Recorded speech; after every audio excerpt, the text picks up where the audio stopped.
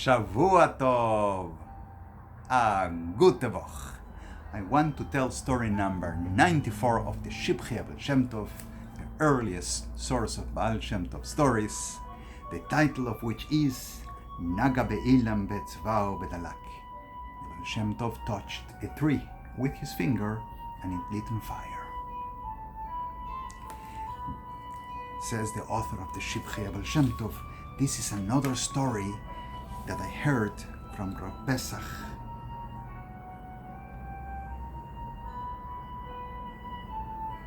This is the son of Rabbi Yosef of Kamenke, which we mentioned in previous stories.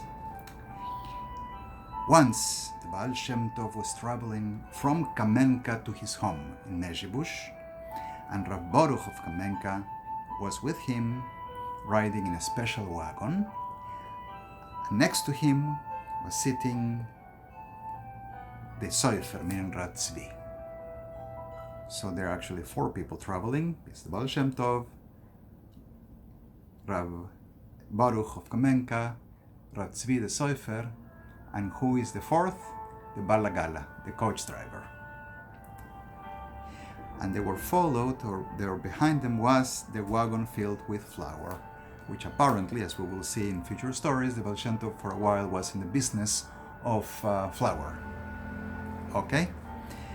And the Baal Shem Tov said, we will pray Mincha in Makom Ploni, in a certain place. Mentioned the name of the place where they were going to daven, to pray the afternoon prayer. This was in winter time, and it was terribly cold.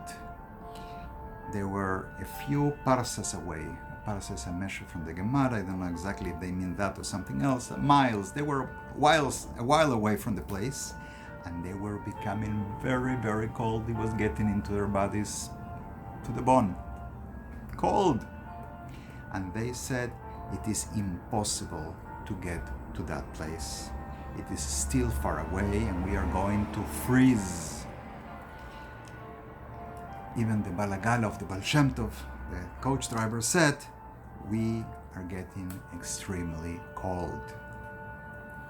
They were traveling through a forest, so the Baal Shem Tov ordered them to stop. He touched a tree with his finger, and the tree was lit in fire. They warmed themselves by the fire. The Balagala took his boots off, his shativil, they call it, I don't know, the boots, and then the cloth that he wrapped around his feet, like thick socks or protector against the cold, which had become wet because he was sitting in the front of the coach, and I don't know if it was snow or rain had made them wet. So he was really cold, so put them in front of the fire to dry, and they warmed themselves by the fire. Then they took off toward the place the Baal Shem Tov had shown.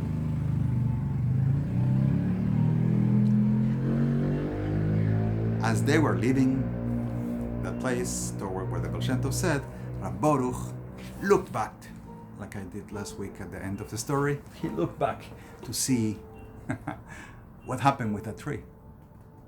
The Baal Shem Tov scolded him and told him not to look back. That's the story, and I tell you, the Baal Shem Tov stories have a certain meaning beyond what they appear to be. Certain secret, hidden meaning, Kabbalistic meaning.